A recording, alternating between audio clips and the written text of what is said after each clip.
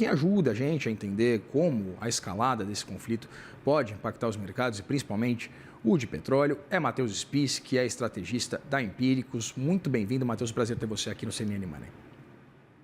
Bom dia, Vitor. Bom dia a todos que nos acompanham. Sempre um privilégio contribuir com a CNN. Prazer é nosso. Matheus, queria começar entendendo, eu sei que está tudo muito em aberto, a gente está acompanhando uma volatilidade muito significativa, há uma série de cenários possíveis, mas eu queria entender qual que é a tendência para o comportamento do mercado, né, do preço do barril do petróleo, em meio a esse cenário bastante incerto, mas bastante tenso também.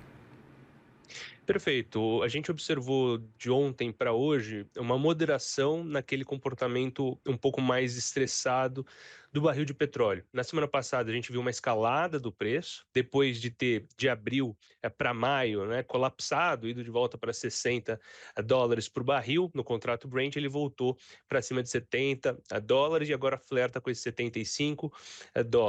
Qual seria o risco aqui e por que o termômetro principal, né, desse conflito é o petróleo? É em resposta ao ataque americano, o fechamento do Estreito de Hormuz pelo Irã. Então, se isso acontecer, você comprometeria mais de 20% de toda a oferta de petróleo global. Um quinto, portanto, da oferta de petróleo global estaria comprometido, o que faria com que os preços de petróleo escalassem de maneira bastante agressiva, como a gente já viu em episódios passados. Vale ressaltar que a maior parte das vezes, conflitos no Oriente Médio, né, aqui fazendo a devida divisão entre a questão humanitária, que é severa e grave, e os impactos de mercado, historicamente, esses eventos eles acabam ficando mais restritos. Quando eles escalam para fora, daí sim eles ganham proporções bastante arrojadas, bastante agressivas e problemáticas. A gente teve alguns episódios na década de 70, né, na década de 90, mais recentemente agora, né, com esses atritos entre Israel e o Hamas, né, depois com as proxies iranianas, os Houthis no Iêmen, Hezbollah no Líbano e assim por diante, mas ainda não vimos uma escalada tão significativa quanto no século passado. Ou seja, o termômetro continua sendo o petróleo, com o risco de que, caso haja o fechamento do Estreito de Hormuz, a gente volte a ter um choque tão relevante quanto no passado. Então, é isso que o mercado tem colocado na conta, principalmente desde a semana passada. O que acontece é que, do final de semana para cá, né, com os ataques americanos e com essa promessa iraniana de fechar o Estreito de Hormuz, uma ameaça que eles têm há muito tempo, né, eles já fizeram isso no passado, né, era outro mundo, era outra realidade. Se voltar a fazer, vai ter um impacto grande. Né, então, o preço do petróleo poderia voltar a escalar para mais de $100 com alguma facilidade, se isso acontecesse. E o mercado moderou o tom, ainda que o parlamento, né, ainda que as autoridades iranianas tenham sinalizado que vão fechar o Estreito de Hormuz, você tem o mercado entendendo que, por mais que a ameaça continue de pé, ela tem pouca viabilidade de se manter por muito tempo, caso seja concretizada. Em outras palavras, o Irã, caso feche o Estreito de Hormuz, vai ter para si mais inimigos do que só os Estados Unidos e Israel.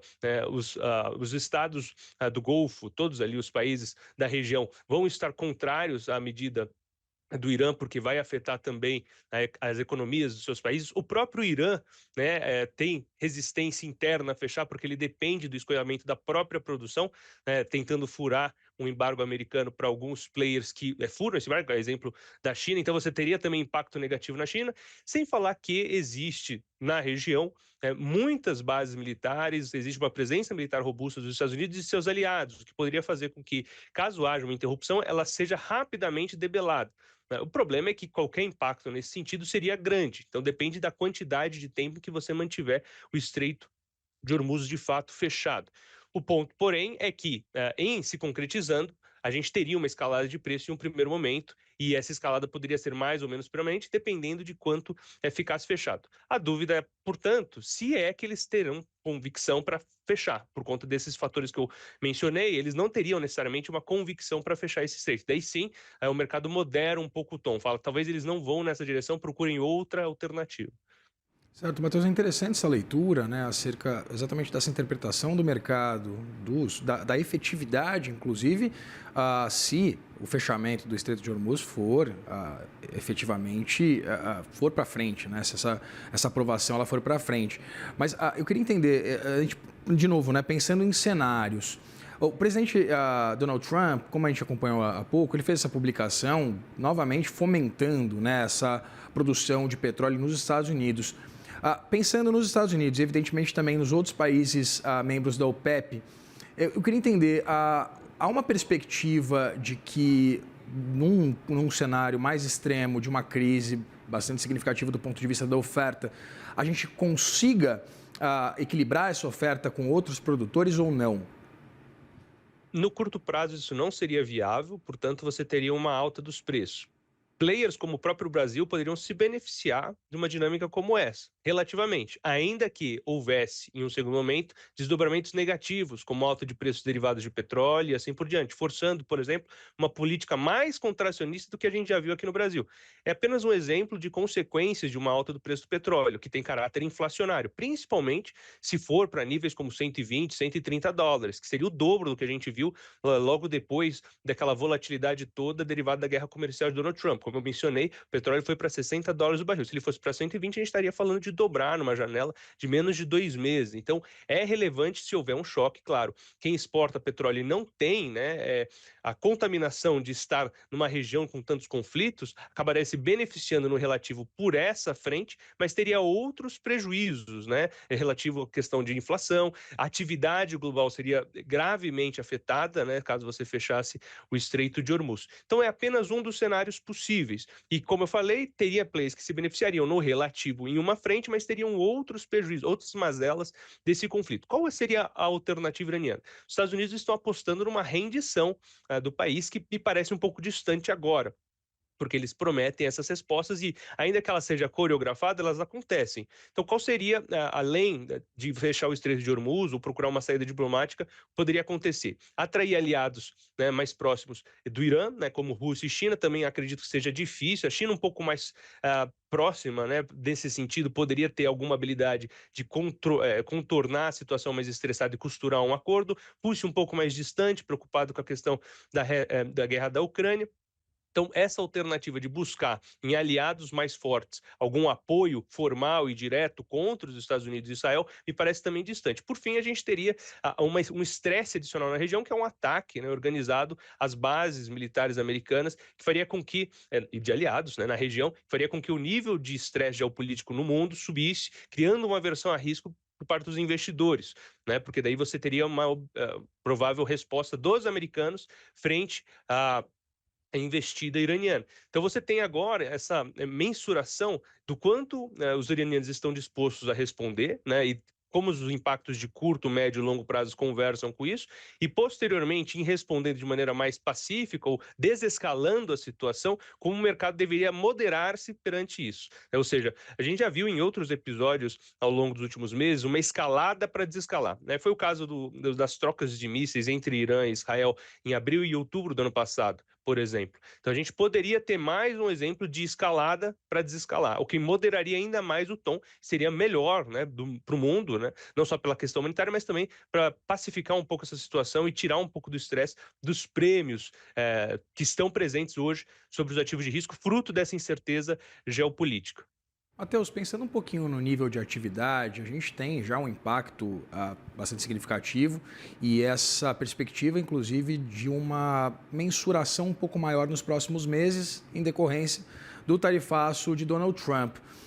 Eu queria entender exatamente o que a gente pode esperar do nível de atividade global, se a gente parar para pensar em patamares mais elevados agora do preço do xisto, se isso se mantiver ali, sei lá, o barril se mantiver nesse patamar de 70 e poucos dólares o barril.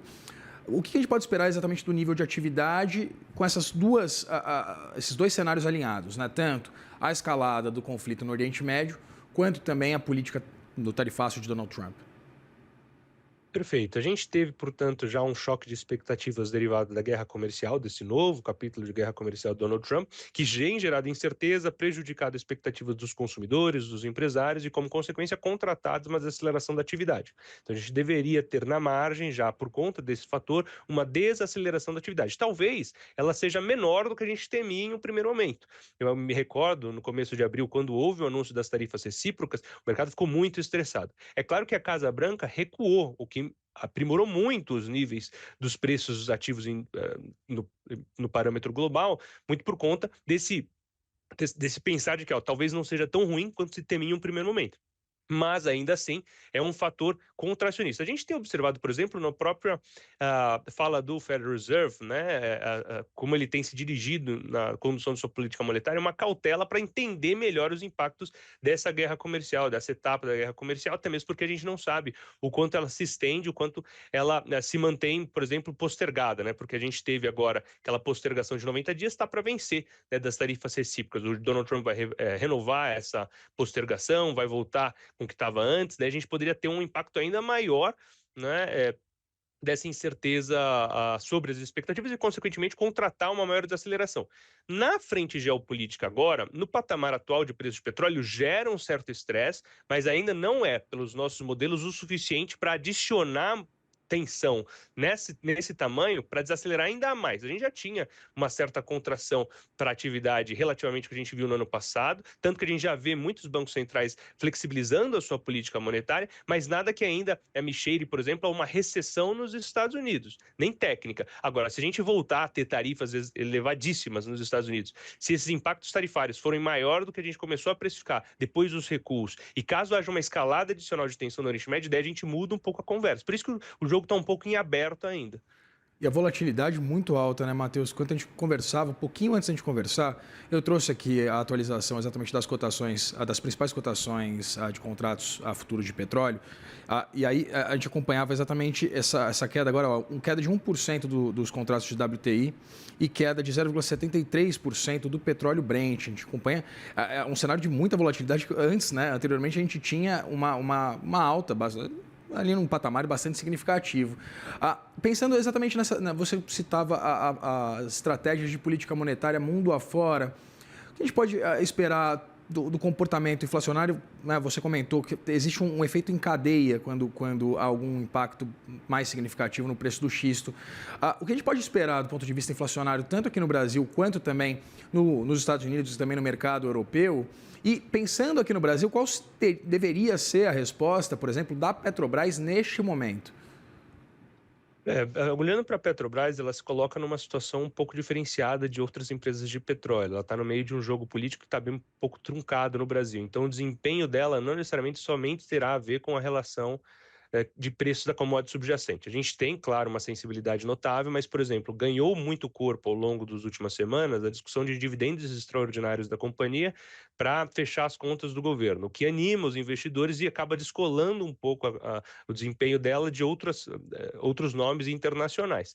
Agora, com uma alta do preço do petróleo, mais uma vez, ela se beneficia no relativo. A gente vê isso com outros nomes em nível internacional. Acontece que entra em jogo também um impacto multifacetado. Porque se por um lado a gente tem um impacto de preços, né, que faria com que os bancos centrais, por exemplo, tivessem uma postura mais contracionista, né, caso, por exemplo, a gente tenha tarifas que imponham um nível de preço maior nos Estados Unidos ou um preço de petróleo que imponha preço maior de derivados ao redor do mundo inteiro, né, se por um lado isso demanda cautela, contracionismo dos bancos centrais, por outro, caso haja uma desaceleração muito robusta, a gente pode ter essa abordagem um pouco mais flexível que deixa espaço. É o pior dos mundos, na verdade, para a interpretação do Banco Central, que é aquele cenário de estagflação, né? Você desacelera a economia com um nível elevado de inflação. É muito ruim isso.